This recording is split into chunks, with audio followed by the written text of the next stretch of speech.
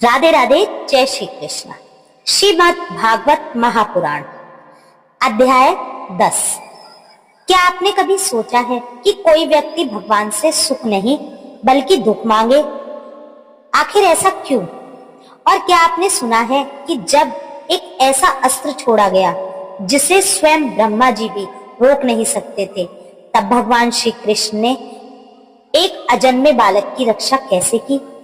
आज हम जानेंगे श्रीमद् भागवत महापुराण के 10वें अध्याय का ऐसा अद्भुत रहस्य जिसे सुनकर आपकी भगवान के प्रति श्रद्धा कई गुना बढ़ जाएगी। इसीलिए वीडियो को अंत तक अवश्य देखिए, क्योंकि इस अध्याय में छिपा है जीवन का सबसे बड़ा सत्य। भक्तों, महाभारत का युद्ध समाप्त हो चुका था, कौरवों का अंत हो चुका था, लेकिन युद्ध की आग अभी पूरी तरह शांत नहीं हुई थी। द्रोणाचार्य के पुत्र अश्वत्थामा ने प्रतिशोध की अग्नि में अंधा होकर एक ऐसा अपराध किया जिसे इतिहास कभी भूल नहीं सकता। रात के अंधेरे में उसने सोते हुए द्रौपदी के 5 पुत्रों की हत्या कर दी। जब अर्जुन ने उसे पकड़कर द्रौपदी के सामने लाकर खड़ा किया, तब सभी को लगा कि अब उसका अंत निश्चित है। लेकिन द्रौपदी ने यही कहा जो केवल महान आत्माएं कर सकती हैं। उन्होंने कहा, यह हमारे गुरु द्रोणाचार्य का पुत्र है। यदि यह मारा गया तो इसकी माता भी उसी प्रकार रोएगी जैसे आज मैं रो रही। मैं नहीं चाहती कि किसी की माँ की गोद उजड़े। यही क्षमा का सर्वोच्च उदाहरण है। भगवान श्री कृष्ण ने भी द्रौपदी की करुणा का सम्मान किया। अश्वत्थामा के मस्तक की मणि छीन ली गई, उसका तेज समाप्त कर दिया गया और उसे अपमानित करके छोड़ दिया गया। लेकिन अश्वत्थामा का क्रोध अभी समाप्त नहीं हुआ था। उसने अपने अंतिम अस्त्र ब्रह्मास्त्र का प्रयोग किया। उसका लक्षण था पांडव वंश का अंतिम दीपक, अभिमन्यु की पत्नी उत्तरा के गर्भ में पल रहा बालक। जब ब्रह्मास्त्र की ज्वाला चारों ओर फैलने लगी, तब भयभीत उत्तरा दौड़ी हुई भगवान श्री कृष्ण के चरणों में आकर बोली, हे योगेश्वर, मेरी रक्षा कीजिए।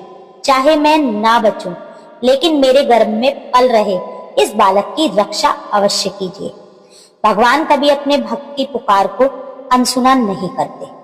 उन्होंने तुरंत अपने सुदर्शन चक्र और दिव्य शक्ति से गर्भ में प्रवेश किया। वहां उन्होंने अंगूठे के समान छोटा दिव्य श्याम वर्ण रूप धारण किया। हाथ में गदा लिए भगवान स्वयं गर्भ के भीतर खड़े हो गए और ब्रह्मास्त्र की सारी अग्नि को शांत कर दिया। इसी बालक का नाम आगे चलकर पड़ा महाराज परीक्षित। अब भगवान श्री कृष्ण द्वारिका लौटने लगे, तभी माता कुंती उनके सामने आई।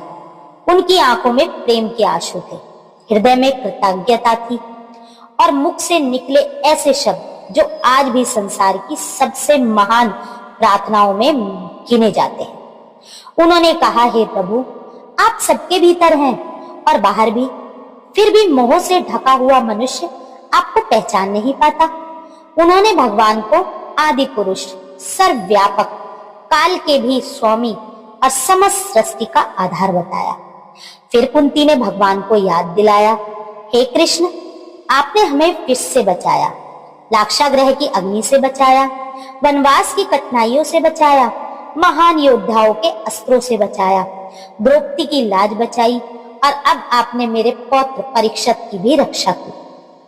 लेकिन इसके बाद कुंती ने जो कहा वह पूरी दुनिया को चौंका देता है।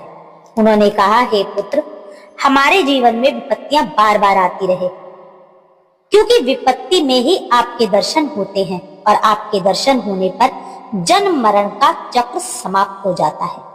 सोचिए, हम भगवान से केवल सुख मांगते हैं, लेकिन कुंती भगवान से दुख मांग रही है। क्यों? क्योंकि उन्हें पता था कि दुख मनुष्य को भगवान के सबसे निकट ले जाता है। कुंती आगे कहती है, धन, ऊंचा कुल, सुंदरता, विद्या, इन सब का अहंकार मनुष्य को भगवान से दूर कर देता है। भगवान उन्हीं को सहज मिलते हैं जिनके भीतर विनम्रता होती है। जो अपने अहंकार को छोड़ देता है, भगवान उसी के हृदय में बस जाते हैं। कुंती की स्तुति सुनकर भगवान मुस्कुराए। उन्होंने सभी पांडवों को सांत्वना दी, सभी से प्रेम पूर्वक विदा ली हस्तिनापुर की प्रजा की आंखें नम थी। हर कोई चाहता था काश भगवान कुछ दिन और रुक जाए, लेकिन भगवान द्वारिका के लिए प्रस्थान कर गए। उनका रथ आगे बढ़ गया और पीछे रह गई उनकी मधुर स्मृतियां। यह अध्याय हमें 3 अमूल्य शिक्षाएं देता है। भगवान अपने भक्त की रक्षा अवश्य करते हैं, चाहे परिस्थितियां कितनी भी कठिन क्यों ना हो। क्षमा सबसे बड़ा धर्म है। द्रौपदी ने अपने पुत्रों के हत्यारों को भी क्षमा करके यह सिद्ध कर दिया। सुख में नहीं बल्कि विपत्ति में भी भगवान का ध्यान करना ही सच्ची भक्ति है। जब भगवान स्वयं हमारी रक्षा करने के लिए आगे आते हैं। यदि आपको श्रीमद् भागवत की ऐसी दिव्य कथाएं सुननी अच्छी लगती हैं, तो इस वीडियो को लाइक करें, चैनल को सब्सक्राइब करें और कमेंट में श्री हरि लिखना बिल्कुल भी ना भूलें। अगली वीडियो में मिलेंगे श्रीमद् भागवत महापुराण के अगले अध्याय के साथ। योगिनी एकादशी व्रत कथा। धर्मराज युधिष्ठिर बोले, हे जनार्दन, अब आप कृपा करके आषाढ़ माह के कृष्ण पक्ष की एकादशी का नाम तथा उसकी कथा क्या है कहिए। श्री कृष्ण भगवान बोले, हे राजन, साढ़ मास के कृष्ण पक्ष की एकादशी का नाम योगिनी है। इसके व्रत से समस्त पाप नष्ट हो जाते हैं और वह इस लोक में भोग तथा परलोक में मुक्ति देने वाला है। हे राज राजेश्वर, यह एकादशी तीनों लोकों में प्रसिद्ध है। मैं आपसे एक पुराणों में कही हुई कथा कहता हूँ, ध्यान पूर्वक सुनो। अलकापुरी नाम की नगरी में एक कुबेर नामक राजा राज्य करता था। वह शिव भक्त था। उसकी पूजा के लिए एक माली पुष्प लाया करता था। उसके विशालाक्षा नाम की अत्यंत सुंदर स्त्री थी। एक दिन वह मानसरोवर से पुष्प ले आया, परंतु कामसक्त होने के कारण पुष्पों को रखकर स्त्री के साथ रमन करने लगा और दोपहर तक न आया। जब राजा कुबेर को उसकी राह देखते देखते दोपहर हो गई, तो उसने क्रोध पूर्वक अपने सेवकों को आज्ञा दी कि तुम लोग जाकर हेममाली का पता लगाओ कि अभी तक वह पुष्प क्यों नहीं लाया है। जब यक्षों ने उसका पता लगा लिया, तो वह कुबेर के पास आकर कहने लगे, हे राजन, वह माली अभी तक अपनी स्त्री के साथ रमण कर रहा है। यक्षों की इस बात को सुनकर कुबेर ने हेममाली को बुलाने की आज्ञा दी। हेममाली राजा कुबेर के सम्मुख डर से कांपता हुआ उपस्थित हुआ और प्रणाम किया। उसको देखकर राजा कुबेर को महान क्रोध आया। उसने कहा, हे पापी, महानीच कामी, तूने मेरे पूजनीय ईश्वर के भी ईश्वर शिव जी का अनादर किया है। इससे मैं तुझे श्राप देता हूँ कि तू स्त्री का वियोग भोगेगा और मृत्यु लोक में जाकर कोढ़ी होगा। कुबेर के श्राप के प्रभाव से वह उसी क्षण स्वर्ग से पृथ्वी पर जा गिरा और कोढ़ी हो गया। उसकी स्त्री भी उसी समय अंतर्ध्यान हो गई। मृत्यु लोक में जाकर उसने महान दुख भोगा, परंतु शिव जी की भक्ति के प्रभाव से उसकी बुद्धि मलिन ना हुई। वह हिमालय पर्वत की ओर चल दिया। वहां पर चलते चलते मार्कुंडे ऋषि के आश्रम में पहुंचा। वह ऋषि अत्यंत वृद्ध तथा तपशाली थे। उनको देखकर वह हेममाली वहां गया और उनको प्रणाम करके उनके चरणों में गिर पड़ा। उसको देखकर मार्कुंडे ऋषि बोले कि तूने कौन से कर्म किए हैं जिससे तू कोढ़ी हुआ और महान दुख भोग रहा है।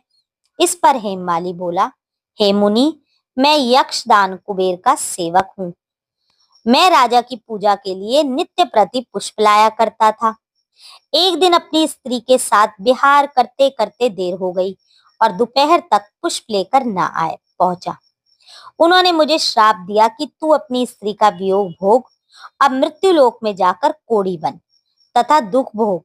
इससे मैं कोढ़ी हो गया हूँ और महान दुख भोग रहा हूँ। अतः आप कोई ऐसा उपाय बताइए जिससे मेरी मुक्ति हो जाए। इस पर मार्कुंडे ऋषि बोले कि हे भाई, तूने मेरे सम्मुख सत्य वचन कहे हैं, इसीलिए मैं तुम्हारे उद्धार के लिए एक व्रत बताता हूँ। यदि आषाढ़ माह के कृष्ण पक्ष की योगिनी एकादशी का विधि पूर्वक व्रत करोगे तो तेरे सभी पाप नष्ट हो जाएंगे। इस पर हेममाली बहुत प्रसन्न हुआ और मुनि के वचनों के अनुसार योगिनी एकादशी का विधि पूर्वक व्रत किया। इसके प्रभाव से वह फिर अपने पुराने रूप में आ गया और अपनी स्त्री के साथ विहार करने लगा। हे राजन, इस योगिनी की कथा का फल 88 सहस्त्र ब्राह्मणों को भोजन कराने के बराबर है। इसके व्रत से समस्त पाप दूर हो जाते हैं और अंत में स्वर्ग मिलता है। तो राधे राधे, जय श्री कृष्ण।